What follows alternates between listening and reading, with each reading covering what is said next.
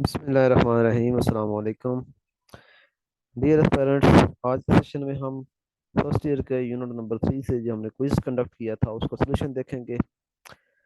हम देखेंगे कि क्वेश्चन को कैसे आपने अंडरस्टैंड करना होता है और शॉर्ट टाइम के अंदर आपने उनका कैसे आंसर करना होता है। बहुत क्वेश्चन जो होते हैं वो बड़े सिंपल से होते हैं, उनकी स्टेटमेंट पढ़ते ही उनका आंसर करना होता है, उनके किसी भी किस्म का कोई सोल्यूशन आपको नहीं चाहिए होता मैथमेटिकली। लेकिन हम जो है वो क्योंकि क्वेश्चन को प्रॉपर अंडरस्टैंड नहीं कर पाते या हमें उस क्वेश्चन का जो सोल्यूशन है वो हमें प्रॉपर पता नहीं होता, लिहाजा हम रॉन्ग वे में चले जाते हैं और इस तरीके से हमारा काफ़ी टाइम कंज्यूम हो जाता है।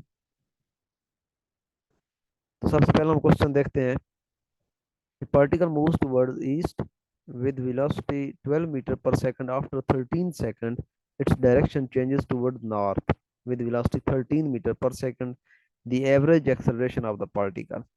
तो दो किस्म की वेलोसिटी हमें दी हुई है। सबसे पहले ये है कि हम डायरेक्शन ड्रॉ करेंगे।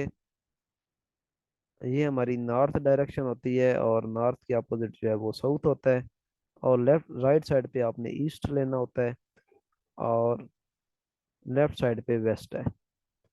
अब इसके अकॉर्डिंग आप ड्रॉ करें ज़रा। तो सबसे पहले जो पार्टिकल है वो टुवर्ड्स ईस्ट गया है 12 मीटर पर सेकंड, यानी हम कह सकते हैं कि ये towards east 12 metre per second, और उसके बाद फिर टुवर्ड्स नॉर्थ गया है, यानी इधर गया है ये। और यहाँ इसकी वेलोसिटी है 13 मीटर पर सेकंड। हमने देखना है एवरेज एक्सेलरेशन। तो ये अगर हम इसको v1 मान लें और ये हमारा v2 है, तो एक्सेलरेशन हमें पता है, एक्सेलरेशन इक्वल होता है delta v over delta T, या v2 minus v1 over delta T. अब v2 माइनस v1, ठीक है, एक्सेलरेशन हमारा v2 माइनस v1 है। तो v2 जो है वो उसी तरह रहेगा जिस डायरेक्शन में पहले है, ये v2, और जो v1 है वो अब माइनस हो जाएगा। माइनस का मतलब है कि यही v1 जो पहले टुवर्ड्स ईस्ट है, जब ये माइनस होगा तो ये हो जाएगा टुवर्ड्स वेस्ट हो जाएगा। तो लिहाजा हम इसको इस तरीके से करेंगे कि ये हो जाएगा v1। अब हेड टू टेल रूल के अकॉर्डिंग आप ने जो एक वेक्टर के हेड के साथ दूसरे वेक्टर की टेल को मिलाना होता है। तो लिहाजा मैं नए सिरे से ड्रॉ करता हूँ इनको। ये हमारा v2 हो गया और इसके हेड के साथ v1 मिलाना है, चूंकि वो वेस्ट की तरफ है, तो लिहाजा ये हमारा v1 आ गया। और रिजल्टेंट वेक्टर हमेशा पहले वेक्टर की टेल के साथ टेल मिला के दूसरे वेक्टर की हेड के साथ हेड मिलाना होता है, तो ये हमारा डेल्टा v है, यानी चेंज इन वेलोसिटी। ठीक है, यहाँ से हमें डायरेक्शन तो कंफर्म होगी कि डायरेक्शन जो है वो हमारी ये बन रही है नॉर्थ वेस्ट।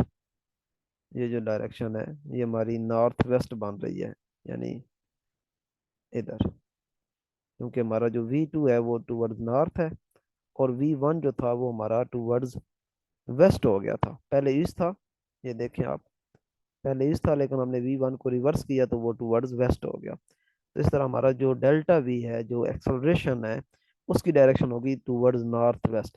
अब इसकी मैग्नीट्यूड की बात करें तो मैग्नीट्यूड के लिए आपने क्या करना है, आपने इन दोनों कंपोनेंट को, यानी v1 जो आपका है वो है 12 और v2 जो है वो आपका 13 है, तो इसका रिजल्टेंट आप लेंगे डेल्टा v का, वो आ जाएगा आपके पास 12 का स्क्वायर प्लस 13 का स्क्वायर, और ये बनेगा 169 का स्क्वायर रूट, और ये 13 आ जाएगा। और टाइम भी चूंकि 13 है, तो 13 डिवाइडेड बाई आप 13 करेंगे तो एक्सेलरेशन आपका आ जाएगा 1 मीटर पर स्क्वायर सेकेंड। ये first option is the correct option. Second question है, a body move along a straight line with speed 3 meter per second in time 8 second, then it move with the speed 12 meter per second in time 2 second, the average speed of the body is। तो average speed के लिए formula बताया हूँ आपको कि average speed आपने कैसे find करनी है, वी एवरेज वो आता है ऊपर टोटल डिस्प्लेसमेंट आपने लेना होता है x1 plus x2 plus x3 and so on. और नीचे आपने टोटल टाइम लेना होता है t1 plus t2 plus t3 and so on. अब हमारे पास ऊपर अगर आप गौर करें तो ऊपर हमारे पास डिस्प्लेसमेंट है, लेकिन हमारे पास जो गिवन इंफॉर्मेशन है उसके अंदर डिस्प्लेसमेंट नहीं है बल्कि वेलोसिटी दी हुई है। तो हम डिस्प्लेसमेंट आसानी से फाइंड कर सकते हैं। x1 को आप फाइंड करेंगे s is equal to v t वाला फार्मूला लगा के v1 t1, और v1 आपका 3 है और t1 आपका 8 है, तो ये इस तरीके से बन गया 24 मीटर। और सिमिलरली x2 जो है वो भी आप फाइंड कर सकते हैं v2 t2 के फार्मूले से। और v2 आपका जो है वो 12 सेकंड है, 12 मीटर पर सेकंड, और टाइम जो है t2 वो 2 सेकंड है, तो लिहाजा दोनों को आप यहाँ पे मल्टीप्लाई करें, 12 मल्टीप्लाई बाई 2, तो इस तरीके से आपके पास ये भी 24 आ गया। तो x1 और x2 दोनों आपके 24 आ गए। यहाँ पे आप पुट कर दें तो ये बनेगा 24 + 24 डिवाइडेड बाई जो टोटल टाइम लगा है। टोटल टाइम हमारा 8 सेकेंड और 2 सेकेंड है, और ये मिलके बनेगा 10 सेकेंड, और ऊपर आ जाएगा 24 + 24 = 48 डिवाइडेड बाई 10 = 4.8 मीटर पर second. This is the right option. Question number 3। तो पार्टिकल की स्लोप दी हुई है वेलोसिटी टाइम ग्राफ की, ये हमारे पास अलॉन्ग वाई एक्सिस जो है वो वेलोसिटी है और अलॉन्ग एक्स एक्सिस जो है वो हमारे पास टाइम है। और इसका ग्राफ दिया हुआ है कोई दो पार्टिकल, पार्टिकल ए और पार्टिकल बी। पार्टिकल ए जो है वो ग्राफ बना रहा है, सॉरी वो एंगल बना रहा है 30 डिग्री का, और जो पार्टिकल बी है वो ग्राफ बना रहा है 60 डिग्री। और हमसे ये पूछा गया है कि आपने एक्सेलरेशन बताना है, रेशो बतानी है, ratio of acceleration of particle B to particle A, यानी कि acceleration of particle B divided by acceleration of particle A. और एक्सेलरेशन के लिए मैंने बताया था कि अगर आपके पास इस तरह एंगल दिए हुए हैं तो आपने वेलोसिटी टाइम ग्राफ की जो स्लोप होती है वो आपको एक्सेलरेशन देती है, और स्लोप फाइंड करने का फार्मूला होता है टेन थीटा। तो टेन जो बी वाला ग्राफ है वो 60 चूंकि बना रहा है, तो टेन 60 डिवाइडेड बाई टेन 30। 1060 आपके पास होता है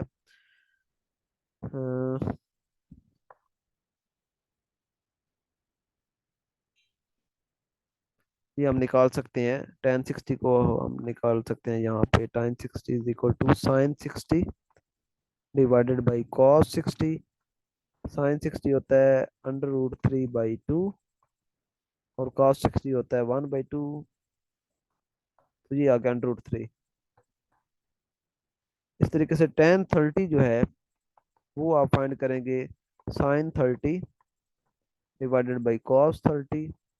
आप इनकी वैल्यू डायरेक्ट भी याद रख सकते हैं, कुछ लोगों को डायरेक्ट याद होती है, बेहतर है कि आप इनकी वैल्यूज जो है वो डायरेक्ट याद रखें। sin 30 होता है 1/2 और cos 30 होता है √3/2, ऊपर जाके 2/√3 हो जाएगा, तो ये 1/√3 आ जाएगा। और इस तरीके से ये √3 ऊपर जाके मल्टीप्लाई हो जाएगा, √3/1 हो जाएगा, और इस तरीके से ये 3 आ गया 3/1। यानी इन दोनों की जो रेशो आ रही है वो 3:1 आ रही है ये। तो इस तरीके से आप वेलोसिटी टाइम ग्राफ से एक्सेलरेशन फाइंड कर सकते हैं। Question number 4। दो प्रोजेक्टाइल हैं, एक को एंगल बीटा के साथ प्रोजेक्ट किया गया है और एक को एंगल 90 माइनस बीटा के साथ प्रोजेक्ट किया गया है। जो बीटा के साथ प्रोजेक्ट किया था उसकी रेंज एक्स है, और जो 90 माइनस बीटा के साथ प्रोजेक्ट किया गया था उसकी रेंज जो है वो वाई है। हमने रेशो फाइंड करनी है वाई रेशो एक्स। तो सबसे पहले तो आप ये देखें, इन दोनों का सम करें ज़रा, angle beta plus 90 minus beta, जब आप दोनों का सम करेंगे तो बीटा माइनस बीटा कैंसिल और 90 आ गया। इसका मतलब ये है कि जो एंगल बीटा है और एंगल 90 माइनस बीटा, ये तो दोनों आपस में कंप्लीमेंट्री एंगल्स हैं, और कंप्लीमेंट्री एंगल्स का हमें पता है कि उनकी रेंज सेम होती है। इसका मतलब है कि ये जो एक्स आपके पास आया है और जो वाई आए हैं ये दोनों सेम है, x is equal to y है। और जब दो सेम चीज की आप रेशो निकालते हैं वाई रेशो एक्स, तो वो क्या आती है, 1 आती है, लिहाजा इसका राइट ऑप्शन 1 है। Question number 5। During projectile motion at highest point, vertical component of velocity is zero and hence magnitude of acceleration is। ये ट्रैप करने के लिए आपको दिया था कि हाईएस्ट पॉइंट पे जो वेलोसिटी है वो जीरो होती है, तो वहां पे मैग्नीट्यूड ऑफ एक्सेलरेशन क्या होगा। तो हॉरिजॉन जो भी आपके पास प्रोजेक्टाइल मोशन होती है उसमें एक्सेलरेशन आपका फिक्स है।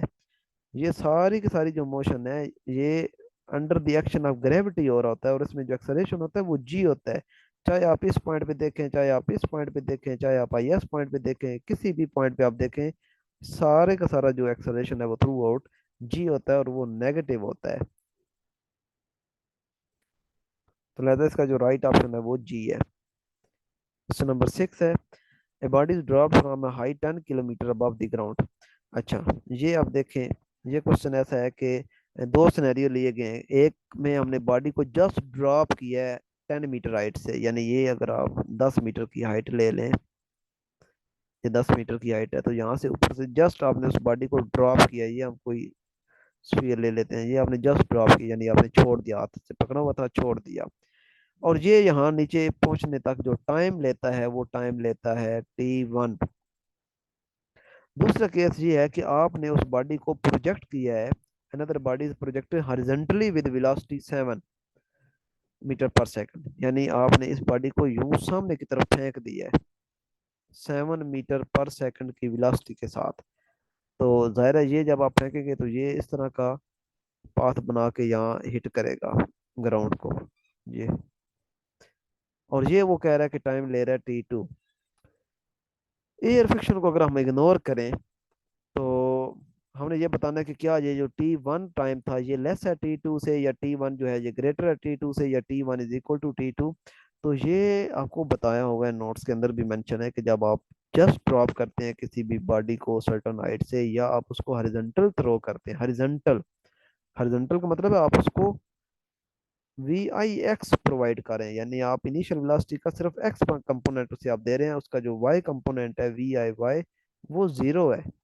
ठीक है, क्योंकि आपने हॉरिजॉन्टल थ्रो किया है। हॉरिजॉन्टल थ्रो करने का मतलब है कि आपने उसे एक्स कंपोनेंट दिया, वेलोसिटी का वाई कंपोनेंट आपने नहीं दिया। तो ये दोनों टाइम t1 और t2 इक्वल होते हैं। Seven question, when a body thrown vertically up with velocity v, it reaches a height h। If one wishes to triple the maximum height, then the ball be thrown with velocity।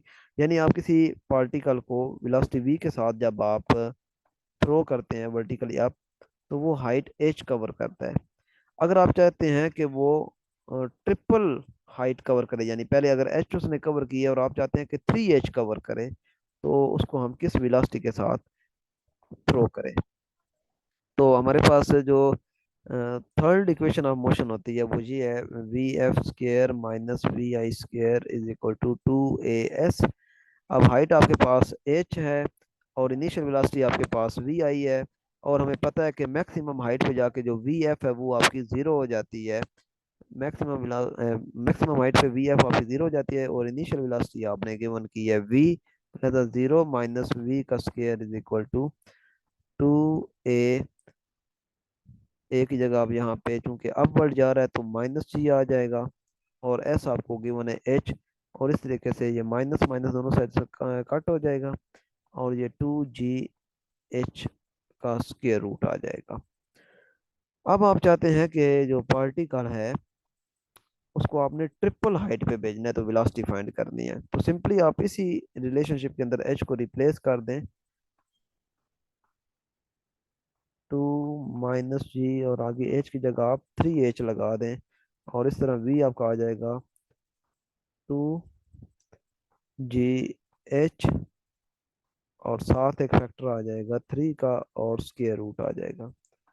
अब ये जो factor आपके पास है, ये आप इसको अगर v1 कह दें तो ये बनेगा v1, और साथ आपके पास आ जाएगा √3, यानी ये v2 अगर आप कहें, ये v2। तो अब आप वेलोसिटी देख सकते हैं कि हमारे पास जो वेलोसिटी आई है वो पहली वेलोसिटी के साथ एक फैक्टर हमारे पास आया है √3। तो ये वाला जो ऑप्शन है ये हमारा राइट ऑप्शन है √3v।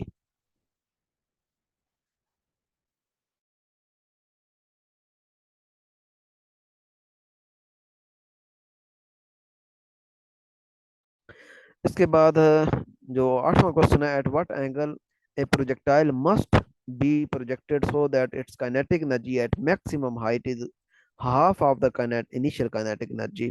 कि हमने प्रोजेक्टाइल को किस एंगल पे हम उसे प्रोजेक्ट करें ताकि मैक्सिमम हाइट पे जो उसकी काइनेटिक एनर्जी है वो आधी हो जाए। यानी अगर इसकी फिगर में बना ड्रा करूं तो वो कुछ ऐसा बनेगा। वो ये कहता है कि ये जो मैक्सिमम हाइट है, यहाँ पे जो काइनेटिक एनर्जी है वो हाफ होनी चाहिए इनिशियल काइनेटिक एनर्जी के, इनिशियल काइनेटिक एनर्जी के। ठीक है, हाईएस्ट पॉइंट पे जो काइनेटिक एनर्जी है वो इनिशियल काइनेटिक एनर्जी के हाफ होनी चाहिए। तो एंगल वो कह रहा है कि किस एंगल से आपने इसको प्रोजेक्ट करना है, ये थीटा फाइंड करना है। तो हम पहले तो इनिशियल काइनेटिक एनर्जी देख लेते हैं। तो इनिशियल काइनेटिक एनर्जी हमारे पास जो आएगी, काइनेटिक एनर्जी इनिशियल, वो आएगी 1/2 mv²। ठीक है, सादा सा फार्मूला है। और ये इनिशियल हमारे पास आ गई। अब हम देखते हैं मैक्सिमम हाइट पे जो काइनेटिक एनर्जी है वो क्या आएगी, kinetic energy at maximum height. इसको हम फाइनल कह लेते हैं चले। तो ये आएगा 1/2 mv/x का स्क्वायर। अब यहाँ पे मैंने VIX क्यों लिखा है, क्योंकि हमें पता है कि जब प्रोजेक्टाइल मैक्सिमम हाइट पे होता है, हाईएस्ट पॉइंट पे होता है, तो उस वक्त उसका सिर्फ और सिर्फ वेलोसिटी का हॉरिजॉन्टल कंपोनेंट होता है। क्योंकि वेलोसिटी का जो वर्टिकल कंपोनेंट होता है वो हाईएस्ट पॉइंट पे जीरो हो चुका होता है। तो लिहाजा हमने यहाँ पे सिर्फ VIX लिखा है। अब VIX का फार्मूला हमें पता है, VIX होता है VI cos theta, VI cos theta. जिस तरह FX होता है, FX is equal to F cos theta, similarly VIX is equal to VI cos theta. तो ये यहाँ पे रिप्लेस कर दें, 1/2 mvi का स्क्वायर और साथ आ जाएगा cos स्क्वायर थीटा। अब चूंकि हमें गिवन है कि मैक्सिमम हाइट पे जो काइनेटिक एनर्जी है वो इनिशियल काइनेटिक एनर्जी का हाफ है, तो लिहाजा आप यूं लिखेंगे, kinetic energy final is equal to 1/2 kinetic energy initial. तो वैल्यू दोनों की लगा दें। काइनेटिक एनर्जी फाइनल की वैल्यू आपके पास आई है 1/2 mvi का square cos square theta is equal to 1/2 mvi का स्क्वायर। तो 1/2 इधर भी ये कट गया, M के साथ कट गया, VI स्क्वायर के साथ कट गया, और आपके पास रह जाएगा cos square theta is equal to 1। और इस तरीके से जो थीटा आपके पास आएगा वो आएगा cos इनवर्स ऑफ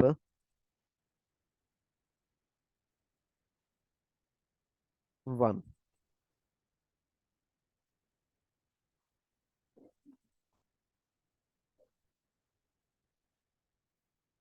सॉरी, यहाँ पे एक मिस्टेक हुई है। राइट साइड पे ये वाला जो 1/2 का फैक्टर था ये हमने इंक्लूड ही नहीं किया। ये वाला हमने सिर्फ 1/2 काइनेटिक एनर्जी का फैक्टर लिया है, लेकिन ये वाला 1/2 नहीं लिया। तो ये 1/2 यहाँ पे एक्स्ट्रा आएगा, और इस तरीके से हमारे पास ये 1 रह जाएगा, बल्कि 1/2 होगा।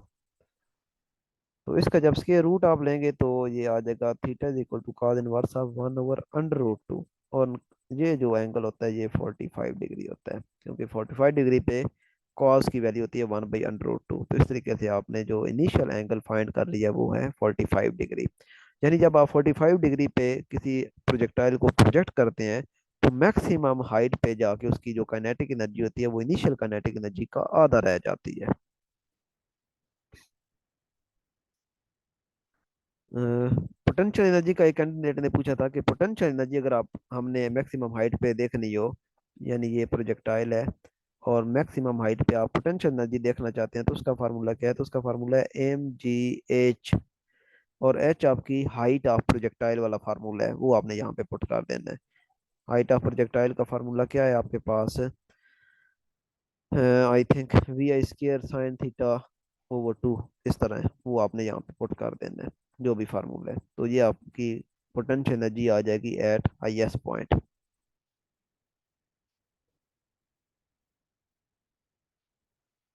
नाइन्थ है, ए particle is projected with velocity 15 kilometer per second from a certain height along horizontal direction, particle will perform which type of motion? यानी आपने certain height से पार्टिकल को, ये आपने, ये हाइट है, यहाँ से आपने उसको 15 किलोमीटर पर सेकंड की वेलोसिटी से प्रोजेक्ट किया है। वो कह रहा है वो किस किस्म की मोशन परफॉर्म करेगा, प्रोजेक्टाइल, लीनियर, वन डायमेंशनल, या फिर नन ऑफ दी बार। तो ये बताया हुआ है कि जब भी कोई पार्टिकल 11 किलोमीटर पर सेकंड की वेलोसिटी से ज्यादा वेलोसिटी के साथ आप प्रोजेक्ट करेंगे तो वो प्रोजेक्टाइल मोशन नहीं रहेगी, ना ही लीनियर मोशन रहेगी, ना ही वन डायमेंशन मोशन रहेगी, बल्कि वो इस तरीके से ऑर्बिटल मोशन स्टार्ट कर देगा। ये लिमिट है 11 किलोमीटर पर सेकंड। 11 किलोमीटर पर सेकंड से लेस स्पीड होगी तो प्रोजेक्टाइल मोशन परफॉर्म होगी, और प्रोजेक्टाइल मोशन आपको पता है 2 डायमेंशनल मोशन होती है। लेकिन जैसे ही आप 11 किलोमीटर पर सेकंड पे आ जाएंगे या इससे ज़्यादा आ जाएंगे तो फिर वो प्रोजेक्टाइल मोशन नहीं परफॉर्म करेगा, बल्कि ऑर्बिटल मोशन की तरफ चला जाएगा। इसके बाद है 10th question, an object having mass 5 kg is moving with speed 12 metre per second and strike with another object 1 kg being at rest। यानी दो मैसेज हैं, एक आपका मैथ m1 है जो कि 5 kg है, और दूसरा है m2 जो कि 1 kg है। m1 जो है वो v1 वेलोसिटी यानी 12 मीटर पर सेकंड से मूव कर रहा है, और m2 जो है वो रेस्ट पे है यानी v2 आपका 0 है।